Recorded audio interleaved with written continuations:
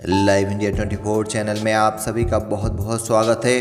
आइए सुनते हैं मुंशी प्रेमचंद जी द्वारा लिखित उपन्यास सेवा सदन का भाग 5।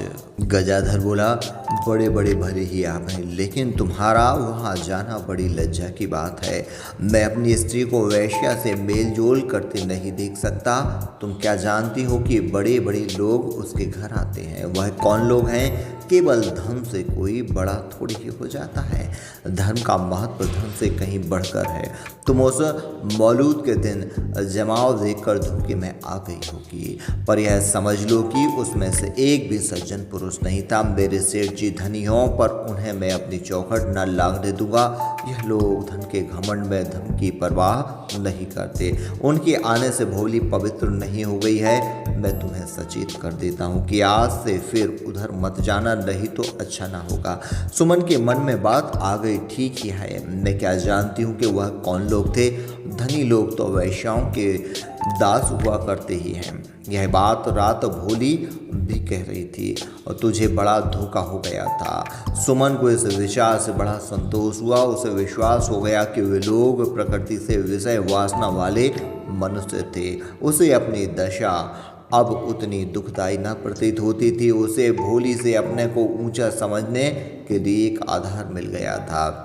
सुमन की धर्मनिष्ठा जागृत हो गई। वह भोली पर अपनी धार्मिकता का सिक्का जमाने के लिए नित्य गंगा स्नान करने लगी। एक रामायण मंगवाई और कभी कभी अपनी सहेलियों को उसकी कथाएं सुनाती, कभी अपने आप उच्च स्वर में पढ़ती। उससे उसकी आत्मा को तो शांति क्या होती, पर मन को बहुत संतोष होता था। चैत का महीना था। रामनवमी के दिन सुमन कई सहेलियों के साथ एक बड़े मंदिर में जन्मोत्सव देखने गई। मंदिर खूब सजाया हुआ था। बिजली की बत्तियों से दिन का सा प्रकाश हो रहा था। बड़ी भीड़ थी। मंदिर के आंगन में तिल धरने की भी जगह न थी। संगीत की मधुर ध्वनि आ रही थी। सुमन ने खिड़की से आंगन में झांका तो क्या देखती है कि वही पड़ोसन भोली बैठी हुई गा रही है। सभा में एक से एक बड़े आदमी बैठे हुए थे। कोई वैष्णव तिलक लगाए, कोई भस्म रमाए हुए, कोई गले में कंठी माला डाले और राम नाम की चादर ओढ़े, कोई गेरुए वस्त्र पहने। उनमें से कितनों ही को सुमन नित्य गंगा स्नान करते देखती थी। वह अपने धर्मात्मा विद्वान समझती थी। वही लोग यहाँ इस भांति तन्मय हो रहे थे, मानो स्वर्गलोक में पहुँच गए हों। भोली जिसकी ओर कटाक्षपूर्ण नेत्रों से देखती थी, वह मुग्ध हो जाता था, मानो साक्षात राधा कृष्ण के दर्शन हो गए। इस दृश्य ने सुमन के हृदय पर वज्र का सा आघात किया। उसका अभिमान चूर चूर हो गया। वह आधार जिस पर वह पैर जमाए खड़ी थी, पैरों के नीचे से सरक गया। सुमन वहां एक क्षण भी न खड़ी रह सकी। भोली के सामने केवल धन ही का सिर नहीं झुकता, धर्म भी उसका कृपाकाक्षी, धर्मात्मा लोग भी उसका आदर करते हैं। वही वेश्या जिसे मैं अपने धर्म पाखंड से परास्त करना चाहती हूँ, यहाँ महात्माओं की सभा में ठाकुर जी के पवित्र निवास स्थान में आदर और सम्मान पर पात्र बनी हुई है और मेरे लिए कहीं खड़े होने की जगह नहीं है। सुमन ने अपने घर आकर रामायण बस्ती में बांध कर रख दी। गंगा स्नान तथा व्रत से उसका मन फिर गया। कर्णधार रहित नौका के समान उसका जीवन फिर डबाडोल होने लगा। गजाधर प्रसाद की दशा उस मनुष्य की थी जो चोरों के बीच में अशर्फियों की थैली लिए बैठा हो। सुमन का वह मुख कमल जिस पर वह कभी भौरे की भांति मंडराया करता था, अब उसकी आंखों में जलती हुई आग के समान था। वह उससे दूर दूर रहता। उसे भय था कि वह मुझे जला न दे। स्त्रियों का सौंदर्य उनका पति प्रेम है। उनके बिना उसकी सुंदरता इंद्रायण का फल है और विस्मय और दग्ध करने वाला। गजाधर ने सुमन को सुख से रखने के लिए अपने से जो कुछ हो सकता था सब करके देख लिया था, पर उसकी स्त्री के लिए आकाश के तारे तोड़ लाना उसकी सामर्थ्य से बाहर था। इन दिनों उसे सबसे बड़ी चिंता अपना घर बदलने की थी। उस घर के आंगन में नहीं था। इसलिए जब कभी वह सुमन से कहता कि छिक के पास मत खड़ी हुआ करो, तो चट उत्तर देती, क्या इसी काल कोठरी में पड़े पड़े मर जाऊं। घर में आंगन होता तब तो वह यह बहाना न कर सकती। इसके अतिरिक्त वह यह भी चाहता था कि सुमन का इन स्त्रियों के साथ छूट जाए। उसे यह निश्चय हो गया था कि उनकी ही कुसंगति से सुमन का यह हाल हो गया है। वह दूसरे मकान की खोज में चारों ओर जाता, पर किराया सुनते ही निराश होकर लौट आता। एक दिन वह सेठ जी के यहाँ से 8 बजे रात को लौटा तो क्या देखता है कि भोली बाई उसकी चारपाई पर बैठी सुमन से हंस हंस कर बात कर रही है। क्रोध के मारे गजाधर के होंठ फड़फड़ाने लगे। भोली ने उसे देखा तो जल्दी से बाहर निकल आई और बोली, अगर मुझे मालूम होता कि आप सेठ जी के यहाँ नौकर हैं तो अब तक कभी की आपकी तरक्की हो जाती है। आज बहूजी से मालूम हुआ, सेठ जी मेरे ऊपर बड़ी निगाह रखते हैं। इन शब्दों ने गजाधर के घाव पर नमक छिड़क दिया। यह सुनते मुझे इतने नीच समझते हैं कि मैं इसकी सिफारिश से अपनी तरक्की कराऊंगा। ऐसी तरक्की पर लात मारता हूँ। उसने भोली को कुछ जवाब न दिया।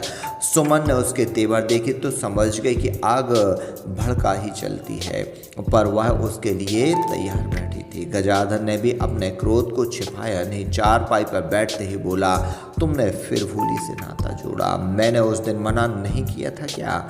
सुमन ने सावधान होकर उत्तर दिया, उससे कोई छूट तो नहीं लगी है। शील स्वभाव में वह किसी से घटकर नहीं, मान मर्यादा में किसी से कम नहीं, फिर उससे बातचीत करने में मेरी क्या ठेठी हुई जाती है? वह चाहे तो हम जैसी को नौकर रख ले। गजाधर बोले, फिर तुमने वही बेसिर पैर की बातें की। मान मर्यादा धन से नहीं होती। सुमन ने कहा, पर धर्म से तो होती हैं। गजाधर बोला, हाँ तो वह बड़ी धर्मात्मा है। सुमन ने कहा, यह भगवान जाने, पर धर्मात्मा लोग उसका आदर करते हैं। अभी रामनवमी के उत्सव में मैंने बड़े बड़े पंडितों और महात्माओं की मंडली में गाते देखा। कोई उससे घृणा नहीं करता था, सब उसका मुंह देख रहे थे। लोग उसका आदर सत्कार ही नहीं करते थे, बल्कि उससे बातचीत करने में अपना अहोभाग्य समझते थे। मन में वह उससे घृणा करते थे या नहीं यह ईश्वर जाने, पर देखने में तो उस समय भोली ही भोली दिखाई देती थी। संसार तो व्यवहारों को ही देखता है, मन की बात कौन किसकी जानता है। गजाधर ने कहा, तो तुमने उन लोगों के बड़े बड़े तिलक छापे देखकर ही उन्हें धर्मात्मा समझ लिया। आजकल धर्म तो धूर्तों का अड्डा बना हुआ है। इस निर्मल सागर में एक से एक मगरमच्छ पड़े हुए हैं। भोले भाले भक्त को निकल जाना उनका काम है। लंबी लंबी जटाएं, लंबे लंबे तिलक, लंबे लंबे दाढ़ियाँ देखकर लोग धोखे में आ जाते हैं, पर वह सब के सब महापाखंडी, धर्म के उज्जवल नाम को कलंकित करने वाले, धर्म के नाम टका कमाने वाले, भोग विलास करने वाले पापी हैं। भोली का आदर सम्मान उनके यहाँ न होगा तो किसके यहाँ होगा? सुमन ने सरल भाव से पूछा।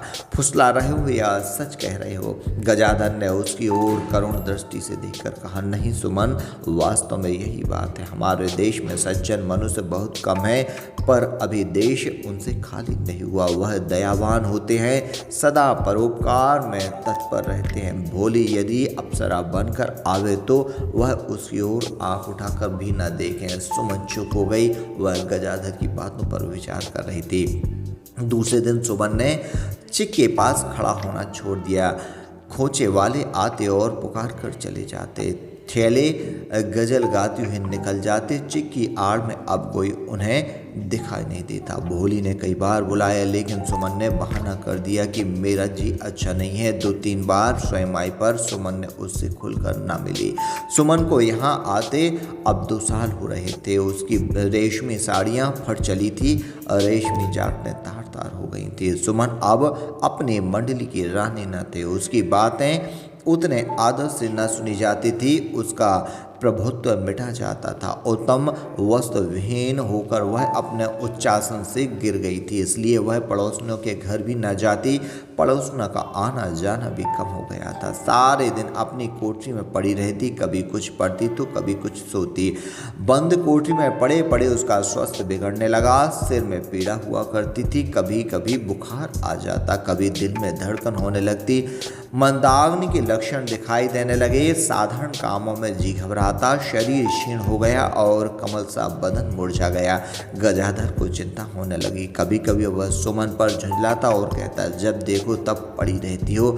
जब तुम्हारे रहने से मुझे इतना भी सुख नहीं कि ठीक समय पर भोजन मिल जाए, तो तुम्हारा रहना ना रहना दोनों बराबर है। पर शीघ्र ही उसे सुमन पर दया आती, अपने स्वार्थपरता पर लज्जित होता। उसे धीरे धीरे ज्ञान होने लगा कि सुमन के सारे अपवित्र वायु के कारण हैं। वहाँ तो उसे छिक के पास खड़ा होने से मना किया करता था, मेलों में जाने से, गंगा स्नान करने से रोकता था। कहाँ अब स्वयं चिक उठा देता और सुमन को गंगा स्नान करने के लिए ताकीद करता। उसके आग्रह से सुमन कई दिन लगातार स्नान करने गई और उसे अनुभव हुआ कि उसका जी कुछ हल्का हो रहा है। फिर तो वह नियमित रूप से नहाने लगी। मुरझाया हुआ पौधा पानी पाकर फिर लहलहाने लगा। माघ का महीना था। एक दिन सुमन की कई पड़ोसनों भी उसके साथ नहाने चली। मार्ग में बैनी बाग पड़ता था, उसमें नाना प्रकार के जीव जंतु पले हुए थे। पक्षियों के लिए लोहे के पतले तारों का एक विशाल गुंबद बनाया गया था। दौड़ते बार उसकी सलाह हुई कि बाग की सैर करनी चाहिए। सुमन तत्काल ही लौट आई, पर आज सहेलियों के आग्रह पर उसे भी बाग में जाना पड़ा। सुमन बहुत देर तक वहाँ के अद्भुत जीवधारियों को देखती रही। अंत को वह थक कर एक बेंच पर बैठ गई। सहसा कानों में आवाज आई, अरे यह कौन औरत बेंच पर बैठी है? उठ वहाँ से। क्या सरकार ने तेरे ही लिए बेंच रख दी है? सुमन ने पीछे फिरकर कातर नेत्रों से देखा।